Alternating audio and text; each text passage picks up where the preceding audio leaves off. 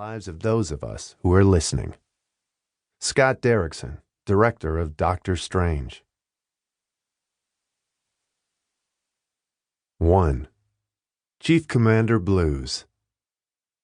Listen, God, look closely after him. He's more fragile than most people. Joan Baez, in her autobiography Daybreak, 1968. I'm preaching the Word of God. I'm putting out your eyes. Bob Dylan, High Water for Charlie Patton, 2001.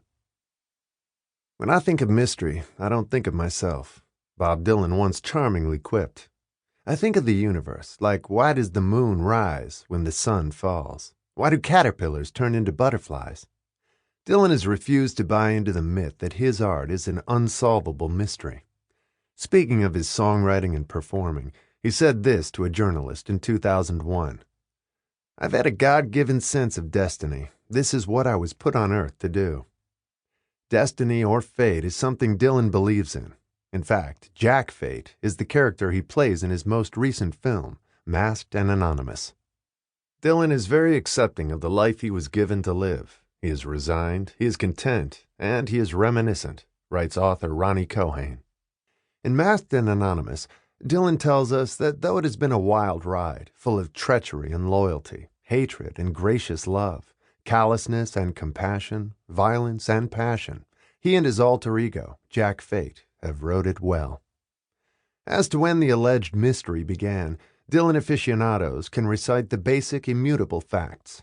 In Duluth, Minnesota, on a spring evening in 1941, May 24th at 9:05 p.m. to be precise, Beatrice Zimmerman gave birth to her first child, a baby boy, in St. Mary's Hospital. Abraham Zimmerman, the son of Jewish immigrants from Odessa, Russia, was the proud new father of this same baby boy who would, one day, be pondering the mysteries of the universe, the moon and the sun, and caterpillars turning into butterflies. The birth certificate is filed May 28, 1941, coinciding with the circumcision ceremony, writes Dave Engel in his book Just Like Bob Zimmerman's Blues. Brit Milah, or bris, signifies God's covenant with Abraham. The operation is performed by a religiously schooled Moel in presence of relatives and congregation members. A big party follows. In 1968, biographer Robert Shelton asked Dylan's father if his son studied the biblical language and knew the whole Hebrew ritual.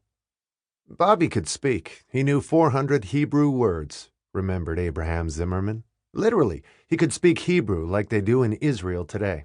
Rabbi Reuben Meyer took great pride in him during his bar mitzvah preparation in 1954 and took him to show him off one Friday night. The rabbi would say the sentence in English, and Bobby would say it in Hebrew.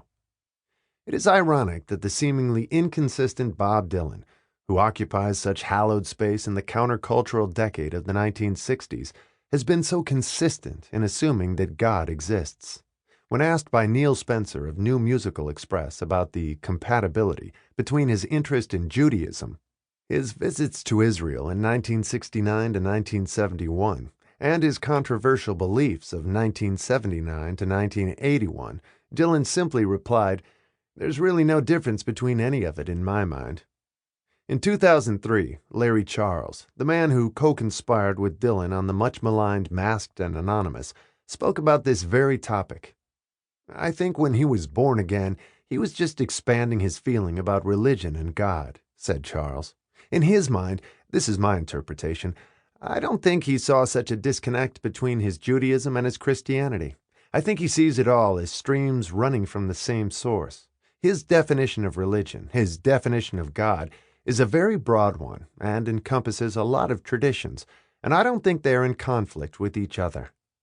For Charles to say that he thought Dylan was expanding his feeling about God after being born again is an intriguing assertion. Dylan believed Jesus was God. Many fans who follow Dylan might wonder how that could amount to an expansion of feeling about God. For some observers, this whole issue is irrelevant, and apathy abounds.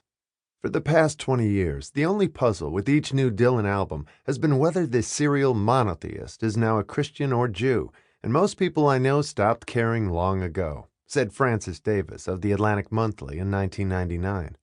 But Bob Dylan's spiritual odyssey hasn't been the suddenly monotheistic one of the last